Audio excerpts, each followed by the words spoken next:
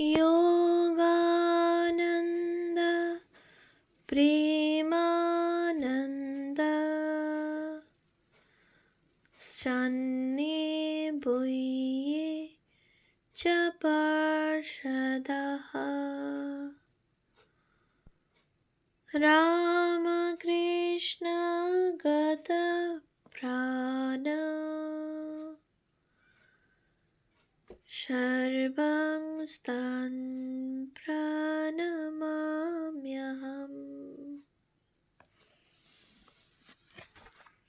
পূজনীয় স্বামী অপূর্বানন্দজি মহারাজের সংকলিত শিবানন্দ বাণী প্রথম ভাগ গ্রন্থ থেকে পাঠ। পৃষ্ঠা সংখ্যা ৯৫।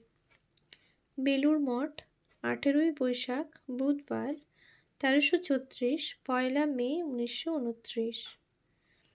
একটি যুবকের প্রাণে তীব্র বৈরাগ্য হওয়ায় BA পরীক্ষা না দিয়াই সাধন ভজন করিবার জন্য সে বাড়ি ছাড়িয়া চলিয়া যায়। কিন্তু অভিভাবকগণ তাহাকে অনেক বুঝাইয়া ফিরাইয়া আনে এবং বাড়িতে থাকিয়াই ভগবানের ধ্যান ভজন করিতে বলে। সেই অবধি সে মহাপুরুষজির উপদেশ মতো বাড়িতে থাকিয়াই সাধন ভজন করিতেছে।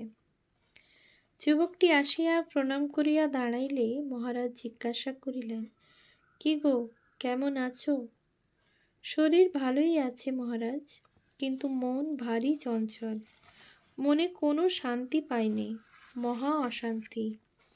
মহারাজ, এই যে তোমার মনে অশান্তির ভাব এসেছে, এতেই জানবে যে মা তোমায় কৃপা করছেন।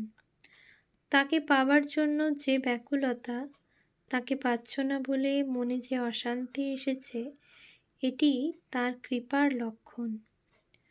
বহু জন্মের সুকৃতির ফলে এবং ভগবৎ কৃপায় মানুষের মনে মুমুক্ষুত্ব আসে। এখন খুব ব্যাকুল হয়ে কাঁদো আর প্রার্থনা করো, মা দেখা দাও। আমি সাধনহীন, ভজনহীন, দুর্বল, কৃপা করে দেখা দাও। কোনো দিকে ভ্রুক্ষেপ করো না, কেবল ডেকে যাও। মন বসুক আর নাই বসুক, ডাকতে ছাড়বে না। লেগে থাকো, পড়ে থাকো খানদানি চাষার মতো, তবেই তার কৃপা হবে। তাই তো বলছি, কোথায় ঘুরে ঘুরে বেড়াবে, ওই বাড়িতে বসেই মাকে ডাকো। ওইখান থেকেই মা কৃপা করে তোমার প্রাণে সংসারের অনিত্যত্ব বোধ এনে দেবেন, সংসার বন্ধন কেটে দেবেন। যুবক, কখনো কখনো ধ্যান করে খুব আনন্দ পাই, আবার কখনো মন একেবারেই বশে আনতে পারিনি। মহারাজ, মনের স্বভাবই ওই রকম, ওয়েভ লাইক মোশন, ঢেউয়ের মতো গতি। ঢেউ দেখনি? এই জল খুব উঁচু হয়ে ঢেউ এলো, সেই উত্থানের পেছনেই আবার প্রকাণ্ড পতন, তারপর আবার উঁচু ঢেউ, এই তো চলছে। ওই যে একবার কন্ট্রোলের আয়ত্তের বাইরে চলে যায় মন, তার মানে আবার প্রকাণ্ড ঢেউ আসবে, মন উঁচুতে উঠে যাবে, তখন খুব আনন্দ পাবে। তবে যারা ঠিক ঠিক ভক্ত, তারা ওই আনন্দেও আত্মহারা হবে না, আর নিরানন্দেও হতাশ হয়ে পড়বে না। সবই মায়ের ইচ্ছা, মায়ের কৃপা যেন সমানভাবে মাকে ডেকে যাবে। সবই মায়ের ইচ্ছা, মায়ের কৃপা জেনে সমানভাবে মাকে ডেকে যাবে। মা যখন যে অবস্থায় রাখেন, এই করতে করতে তখন নিরবচ্ছিন্ন আনন্দ মার পূর্ণ প্রকাশ হবে। তুমি কিছুতেই বিচলিত হও না বাবা, মা তোমায় কৃপা করছেন, আরও করবেন, আমি বলছি।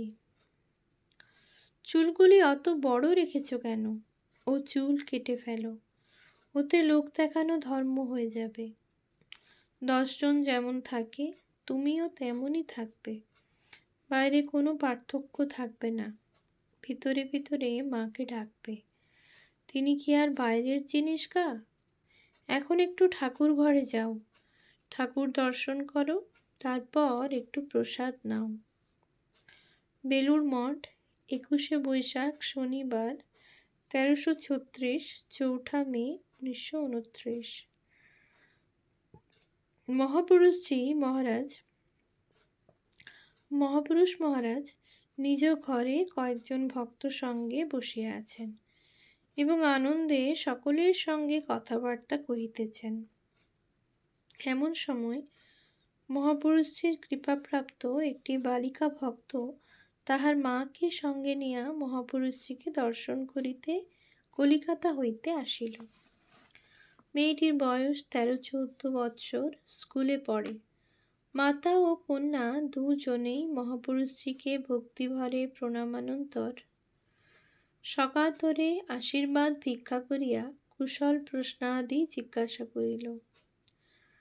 পরে মেয়েটির মা খুব বিনীতভাবে বলিলেন, একে আশীর্বাদ করুন যাতে শ্রী শ্রী ঠাকুরের পাদপদ্মে এর ভক্তি বিশ্বাস খুব হয়। আমার তো ইচ্ছা যে একে বিয়ে দেব না, ঠাকুরের নাম করবে আর আনন্দে থাকবে। বাবা, সংসারে বড় জ্বালা, আমি নিজে তো ভুক্তভোগী। সংসারে যে কি সুখ তা হাড়ে হাড়ে বুঝেছি, তাই আর নিজে জেনে শুনে মেয়েটিকে সংসার দাবানলে ফেলতে মন চায় না। আপনি একে একটু আশীর্বাদ করুন। মহাপুরুষজি, খুব আশীর্বাদ করছি মা, খুব আশীর্বাদ করছি। পরে মেয়েটির দিকে সস্নেহে তাকাইয়া বলিলেন, ঠাকুরকে খুব প্রাণ ভরে ডাক আর পবিত্র থাক। ঠাকুরই পিতা, মাতা, পতি, সখা, সবই ঠাকুর। ত্বমেব মাতা চ পিতা ত্বমেব, ত্বমেব বন্ধুশ্চ সখা ত্বমেব, ত্বমেব বিদ্যা দ্রবিণং ত্বমেব, ত্বমেব সর্বং মম দেব দেব।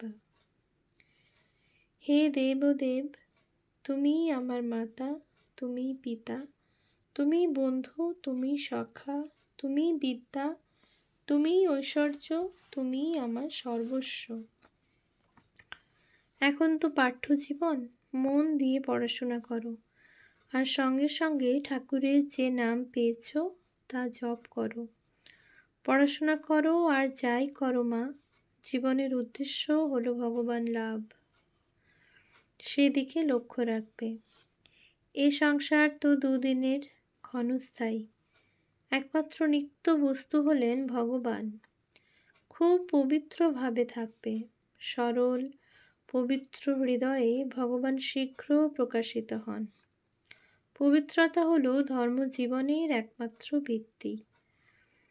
মা ঠাকুরানীর জীবনী পড়েছ? এ যুগের সমগ্র নারী জাতির আদর্শ হলেন তিনি।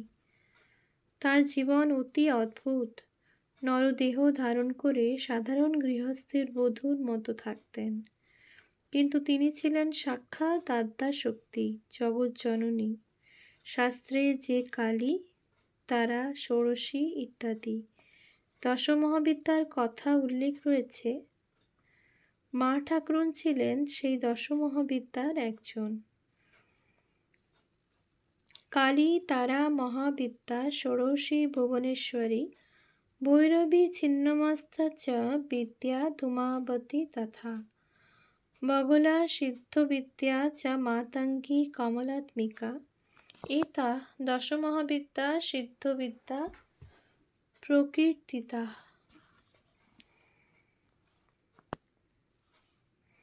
ঠাকুরের যুগধর্ম সংস্থাপন রূপ নরলীলা পূর্ণ করার জন্য জগতে অবতীর্ণ হয়েছিলেন। তাকে সাধারণ মানব কি বুঝবে? আমরাও প্রথমটা তাকে কিছুই বুঝতে পারিনি। নিজের ঐশ্য ভাব এত গোপন করে থাকতেন যে তাকে কিছুই বুঝবার জো ছিল না। তিনি যে কি ছিলেন তা একমাত্র ঠাকুরই জানতেন। আর স্বামীজি কতকটা বুঝেছিলেন। স্বামীজি পাশ্চাত্য দেশে যাবার পূর্বে একমাত্র মাকে বলেছিলেন এবং তাঁর আশীর্বাদ নিয়ে সমুদ্র পাড়ে পাড়ি দিয়েছিলেন। মাও তাকে প্রাণ খুলে আশীর্বাদ করে বলেছিলেন, বাবা, তুমি দিগ্বিজয়ী হয়ে ফিরে এসো। তোমার মুখে সরস্বতী বসুন। হয়েছিলও তাই। মায়ের আশীর্বাদে স্বামীজি বিশ্ববিজয়ী হয়েছিলেন। তিনি কখনো এও বলতেন যে মা ঠাকুরের চাইতেও বড়। এত গভীর ছিল তার শ্রদ্ধা শ্রী শ্রী মায়ের উপর। ঠাকুর বলেছিলেন, নহবতে যে আছে সে যদি কোনো কারণে কারো উপর বিরূপ হয়, তাকে রক্ষা করা আমারও সাধ্যাতীত। জগতের সমগ্র নারী জাতিকে জাগাবার জন্য মহাশক্তিরূপিণী মা এসেছিলেন নরদেহে। দেখো না, মার আগমনের পর থেকেই সব দেশে নারী জাতির মধ্যে কি অভিনব জাগরণ শুরু হয়েছে। তারা এখন নিজেদের জীবন পরিপূর্ণ ও সর্বাঙ্গ সুন্দর করে গড়ে তুলবার জন্য বদ্ধপরিকর। এখনো হয়েছে কি? এই তো সবে মাত্র আরম্ভ। বৈদিক ও পৌরাণিক যুগে যেমন গার্গী, মৈত্রেয়ী, সীতা, সাবিত্রী প্রভৃতি অদ্ভুত নারী চরিত্রের বিকাশ হয়েছিল, এ যুগে মেয়েদের ভিতর তার চাইতেও বড় বড় আধারের বিকাশ হবে। মেয়েদের ভিতর আধ্যাত্মিকতা, রাজনীতি, বিজ্ঞান, শিল্পকলা, সাহিত্য প্রভৃতি সব বিষয়ে অতি আশ্চর্যজনক জাগরণ এসেছে, আরও আসবে। এসব ঐশী শক্তির খেলা। সাধারণ মানুষ এ সকলের গূঢ় মর্ম কিছুই বুঝতে পারে না। মেয়ে ভক্ত: আমি তো মা ঠাকুরনের সম্বন্ধে বিশেষ কিছু জানি নে, তার জীবনী বা উপদেশ কিছুই পড়িনি। আপনি তার সম্বন্ধে দয়া করে কিছু বলুন, আমার শুনতে খুবই ইচ্ছা হয়। মহাপুরুষজি: মা তো সকলেরই মা ছিলেন। তার কত দয়া, কত ক্ষমা, আর কি অদ্ভুত সহিষ্ণুতা ছিল। মাকে আমরাই বা কতটুকু জেনেছি। তবে তিনি কৃপা করে এটুকু বুঝিয়ে দিয়েছেন যে তিনি সাক্ষাৎ জগন্মাতা।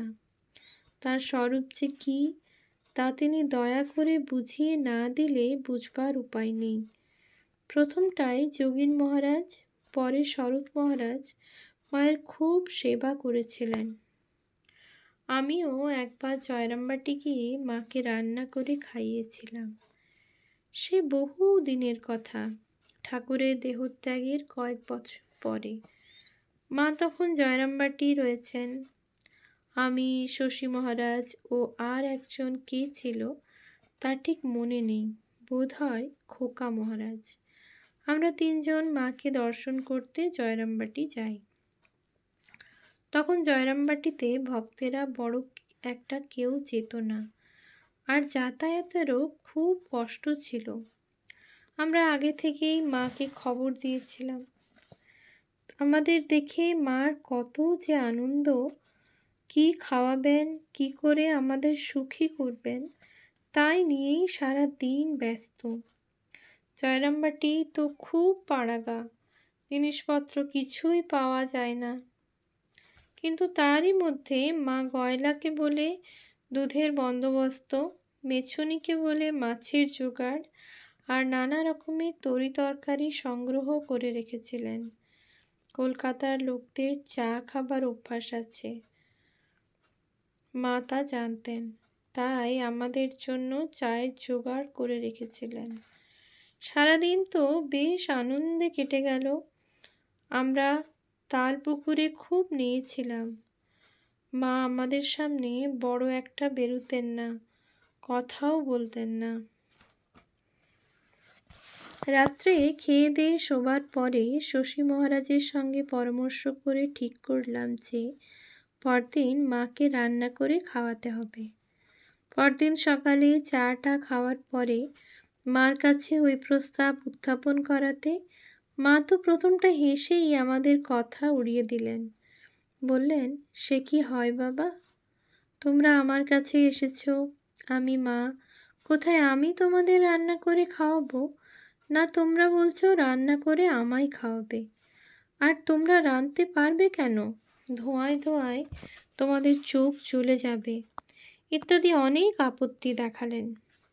আমরা মার কথা কিছুতেই শুনলাম না। খুব জেদ করতে লাগলাম। শেষটায় আমি বললাম, আমাদের তো ব্রাহ্মণ শরীর, আমাদের হাতের রান্না খেতে আপনার কেন আপত্তি হবে?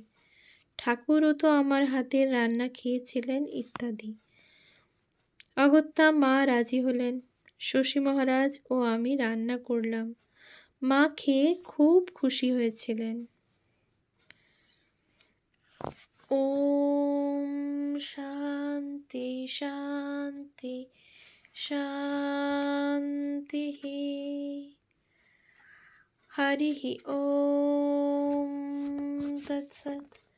শ্রীরামকৃষ্ণার্পণমস্তু।